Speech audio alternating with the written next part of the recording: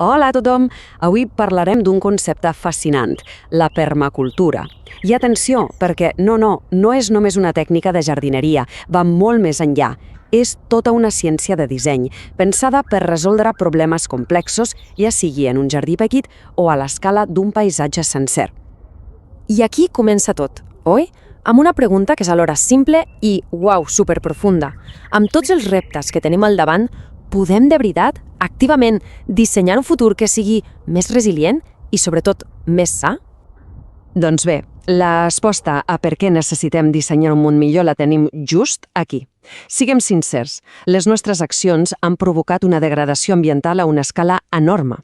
I això fa que la necessitat de trobar un nou enfoque sigui, més urgent que mai. D'acord, per poder entendre la solució, primer hem de mirar de cara al problema. I per fer-ho ens hem de fixar en el mal específic que estan fent les nostres pràctiques actuals. Sobretot en un dels recursos més vitals que tenim, el sol. I l'exemple més claríssim de tot això és l'agricultura industrial. Està dissenyada per treure el màxim rendiment a curt termini, però el seu cost real és brutal. Fomenta l'erosió, aniquila la vida microscòpica que és essencial per al sòl, n'esgota tota la fertilitat i al final ens fa dependents dels productes químics. El resultat? Un desert. Però no tot són males notícies. Justament, com a resposta a aquest cicle tan destructiu, neix una alternativa potent, un sistema de disseny que ens ofereix un camí de sortida. I aquesta alternativa és, efectivament, la permacultura. I a veure, que quedi clar, això no va només de plantar enciams, És tota una filosofia de disseny. La idea principal és crear sistemes que imitin la intel·ligència, la resiliència i eficiència dels ecosistemes naturals, on res es malbarata i cada element ajuda als altres. Escolteu el que deia un dels seus creadors, Bill Mollison. Crec que captura l'essència perfectament. Per a ell no era una teoria abstracta, era una missió, un moviment pràctic i urgent per difondre el coneixement i començar a reparar el planeta, ja. I d'on surt tot això? Doncs ens n'anem a l'Austràlia dels anys 70. Allà, Bill Mollison i el seu estudiant David Holmgren van crear el terme. El 78 van publicar el seu primer llibre per posar les bases i només 10 anys després Mollison va publicar el Manual del dissenyador, que a dia d'avui continua sent la bíblia de la formació en permacultura a tot el món. Molt bé, la idea sona genial, oi? Però com es porta a la pràctica? Doncs tot gira al voltant d'un marc conceptual molt simple, però que ho canvia tot. Són aquestes 3 ètiques i funcionen juntes com un engranatge. Primer, la cura de la terra. Hem de dissenyar sistemes que millorin els ecosistemes, no que els destrueixen. Segon, la cura de les persones. Crear comunitats fortes i autosuficients. I finalment, el retorn de l'excedent. Què vol dir això? Doncs que quan un sistema funciona bé i genera abundància, la reinvertim per cuidar encara més la terra i la comunitat. És un cicle virtuós. Perfecte. Tenim la teoria, tenim l'ètica. Però la pregunta del millor és, i això funciona de veritat? Com es veu en el món real aquesta regeneració? Mireu, aquesta comparació ho explica tot d'una manera supervisual. D'una banda, tenim el model industrial, que és destructiu, que només busca un sol producte i que bàsicament lluita contra la natura. De l'altra, la permacultura. És regenerativa, no busca un únic rendiment, sinó sistemes on tot té múltiples funcions i que treballen amb la natura.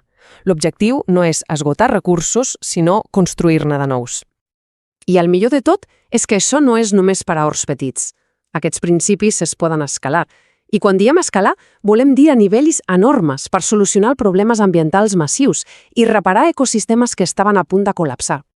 Voleu un exemple que us deixarà amb la boca oberta? Doncs anem a la Xina, a l'altiplà de Laos. Estem parlant d'una àrea de 35.000 quilòmetres quadrats, una zona que estava completament degradada, gairebé un dèsert.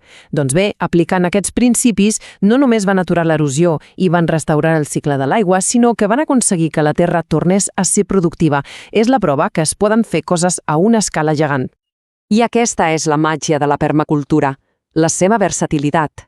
Els mateixos principis que funcionen per regenerar un paisatge enorme s'apliquen per dissenyar un hort urbà superproductiu en un terrat. I l'impacte és immediat. Es redueix la distància que recorre el menjar, es malbarata menys i s'enfortaleixen les economies locals. I tot això ens porta a una reflexió final, que potser és la idea més potent de totes, perquè la permacultura no busca simplement mantenir les coses com estan, va molt més enllà. A veure, pensem un moment en la paraula sostenibilitat. La sentim per tot arreu, oi? Però què vol dir realment? En el seu sentit més estricte, un sistema sostenible és un sistema que es manté a si mateix. Produeix el mateix que consumeix. És un punt d'equilibri, un empat. Doncs bé, aquí ve la clau. Per a la permacultura, la sostenibilitat és el mínim exigible, és el punt de partida, però no és la meta. L'objectiu real és la regeneració. No es tracta només de mantenir un sistema, sinó de millorar-lo. No es tracta de sobreviure, sinó de prosperar. Es tracta de dissenyar sistemes que amb el temps es tornen més forts, més diversos i molt més fèrtils. I amb aquesta idea tan potent, acabem. La pregunta final ja no és només què pot fer la permacultura pel planeta, sinó com aquests principis de disseny, de cura i de regeneració es poden aplicar a qualsevol entorn, a qualsevol comunitat. La qüestió és què es podria començar a regenerar activament en lloc de simplement intentar mantenir.